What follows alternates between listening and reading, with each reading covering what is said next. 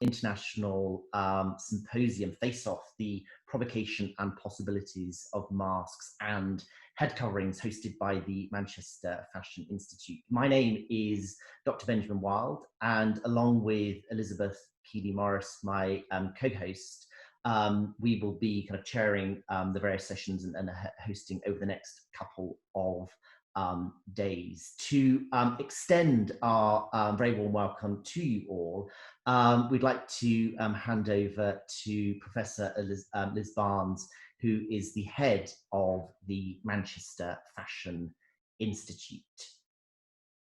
Thank you, Ben. Good morning and a virtual welcome to Manchester Fashion Institute. I'm Professor Liz Barnes, head of Manchester Fashion Institute here at Manchester Metropolitan University. We're delighted to be hosting this event, Face Off, the Provocation and Possibilities of Face Masks and Head Coverings. Being able to meet and collaborate virtually is one of the few things that has been easier to do in the COVID era, and I'm thrilled that we have colleagues from around 20 different institutions and organisations presenting at the symposium, as well as speakers from across the world, including Canada, Russia, Poland and the US, with presentations from academia and industry. Manchester Fashion Institute is one of the largest fashion schools in the UK. We have just short of 2,000 students, undergraduate and postgraduate, with specialisms across the breadth of the fashion discipline, including design, communications, cultural studies, engineering, business and marketing. We pride ourselves on offering an inclusive fashion education with a diverse student body. The quality of our education is evident with recognition from many corners. This year, our BA Fashion Business and Management course won the Chartered Management Institute Partner of the Year, and this was the first time a non-business school partner had won.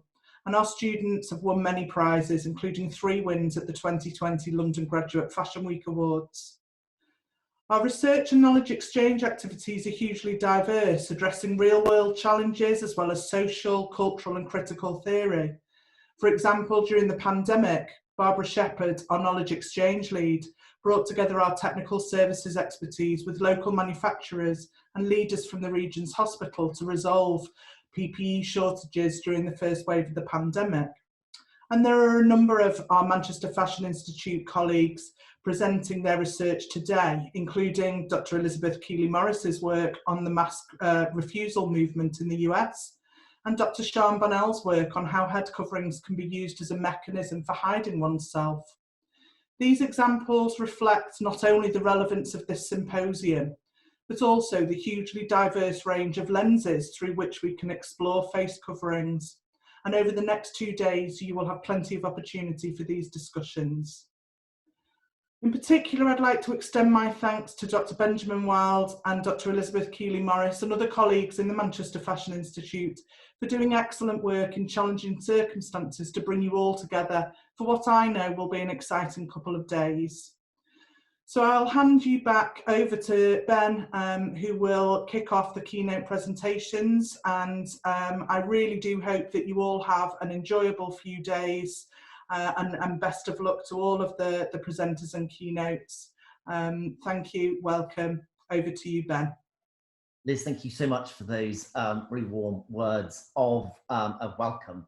As an academic who is convening a symposium about face masks and head coverings, it probably won't surprise you that I am deeply interested in the communicative capabilities of our clothing and dress. And in fact, I've long been interested in sort of signs and symbols, those cues, those portents and messages that indicate to me that my life is sort of progressing along the lines that I might want. And consequently then, I was overjoyed at a particular sign, in fact, this one, that I received when I was starting a recent book project. I'd ordered a secondhand book, and this arrived as the sort of complimentary free bookmark. And as the book in question was focusing on costume, Carnival Catwalk, which was published last year, I thought this was a particularly auspicious sign that the project sort of was supported by the gods. Needless to say, in the context of this symposium, and of course the global pandemic, Batman's musings have been much on my mind.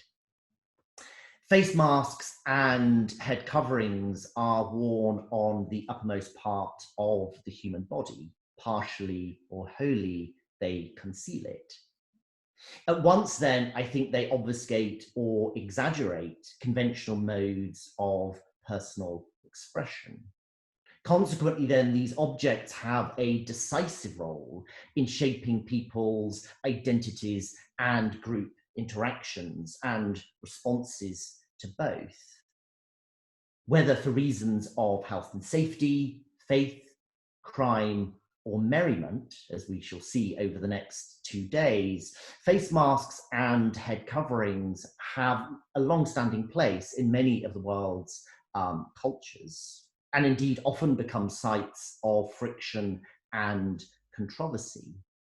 We may recall, for example, in 2018, I think it was, the words of Boris Johnson, then UK Foreign Secretary, who remarked that Muslim women wearing burqas look like letterboxes. Face masks and head coverings are inherently disruptive. Worn for prosaic or more overtly performative reasons, they often demand our attention.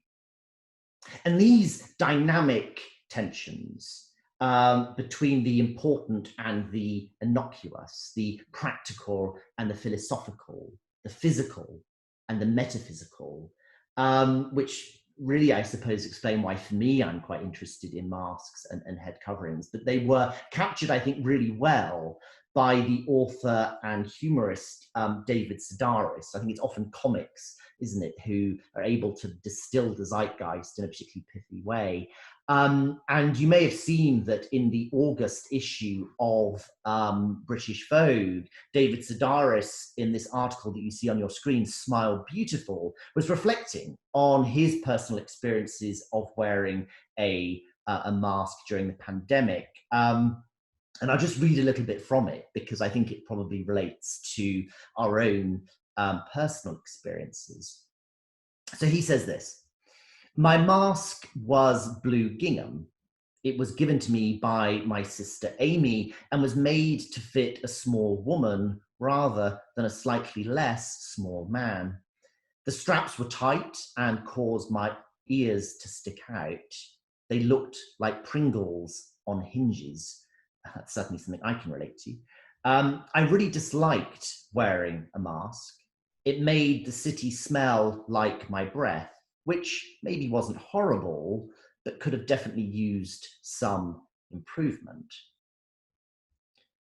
Before the coronavirus pandemic, face masks and head coverings were perhaps unlikely to have occupied the thoughts of Western people for very long.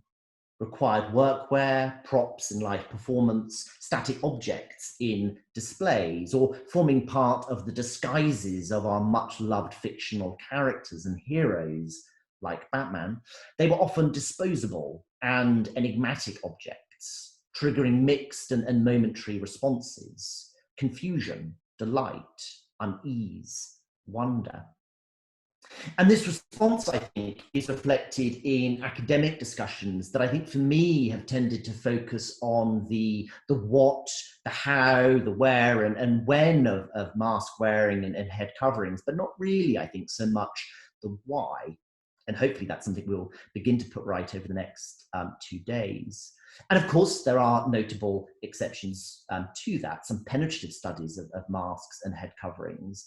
And I'm thinking notably of the ethnographic studies of African cultures, where face masks and head coverings retain an important and popular place in societies today. South Asian cultures, where the wearing of face coverings is more normalized. And of course, and as I've alluded to, discussions of the shifting roles and meanings of women's faith-based head coverings.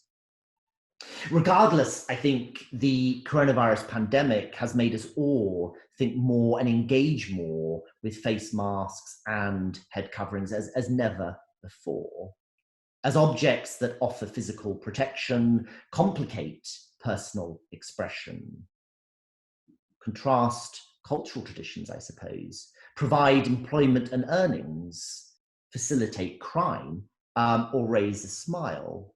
Face masks and head coverings have become, I think, the preeminent symbol of this global emergency.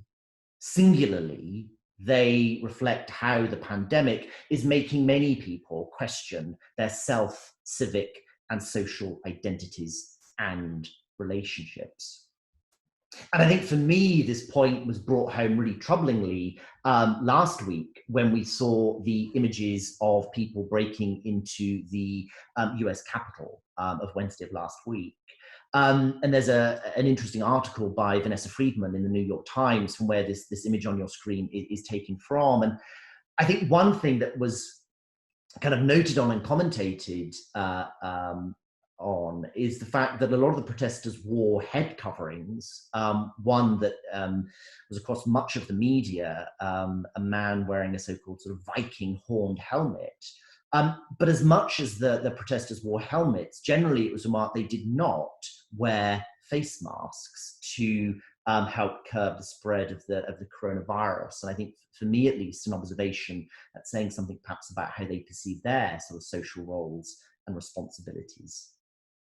The scenes that we saw in Washington, DC, that were picked up in the weekend newspapers around the world, but again in the UK, and note here from this article in the Financial Times that the prominence there of the two face masks. This coverage, these discussions and debates made me think about the work of Norma Claire Morizzi, and specifically her book, Speaking Through the Mask. And in this work, Morizzi summarizes the writing of Hannah Arendt, her view that the public realm and people's shared worldliness are the achievements of human artifice. Arendt argues, of course, that political practice, especially revolutionary political practice, is inherently theatrical. The presence of people who are therefore actually masked, anonymized, or otherwise incongruously attired, therefore threatens the stability of public life. And I think this is particularly the case when they are storming through and desecrating a building complex that symbolizes American political ideals and actions. And at a time when life seems theatrical, certainly nonsensical, as we sit here now, a global gathering huddled around our screens, these ideas, I think, are amplified. So all of this then is a roundabout way of saying that a global dialogue about the provocation and the possibilities of face masks and head coverings is timely, even urgent. Over the next 2 days, we shall hear from an international group of academics, artists, curators, and fashion practitioners who will collectively, and for me that's a really kind of key word here, collectively reflect on the long-standing physical and psychological importance of face masks and head coverings within many of the world's cultures. My colleague Elizabeth Keeley-Morris and I are therefore very grateful that you can join us, whether as an attendee or a participant, and be involved in this, what I hope will be the beginning of a much larger discussion. But before we do hear from the real stars of today's show, it falls to me just to do a little bit of housekeeping. Most of in fact, all of the information for the symposium can be accessed on the web page. The URL is at the bottom right of your screens. That's where you'll find the running order for the next 2 days, and also the complete booklet of abstracts. During the panels, if we could ask that you keep your videos and microphones off, but the chat function is enabled, and the idea of the chat is that you can all have a dialogue and exchange ideas as the panels are taking place. And then for the Q&A, if you raise your hand, the little function, the little blue hand, we will then take your question in that way. This is a conference, so I've been told that it has sold out, so say, twice. Very much welcome if you are here, but also I think perhaps also well done. You seem to be quite lucky. But we are going to be recording the proceedings, and we will also endeavour to record the chat as well, so that can be available again as a resource going forward, and to also log the discussion. I hope through sort of Twitter, social media, and other platforms, we can be using the hashtag FaceOff Symposium as we go. It's also worth saying, I think, at this stage that although we have 2 full days, that the conversations do continue into the evenings. This evening, I am in conversation with the American photographer, Phyllis Galembo, and she's going to be reflecting on her work, photographing different cultures in Mexico and in parts of Africa, specifically West Africa, and reflecting on the role of masks and head coverings in those cultures. So if you can join us for that, you would be very welcome. This is a separate ticketed event, but details are available from the URL that you see at the bottom of your screen.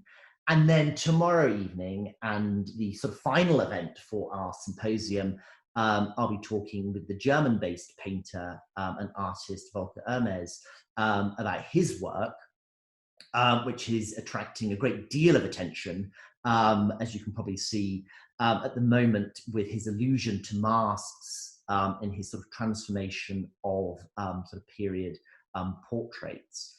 So I'll be talking to him tomorrow. And again, a separate ticketed event, and you can access details of that from the URL through the Manchester Fashion Institute homepage.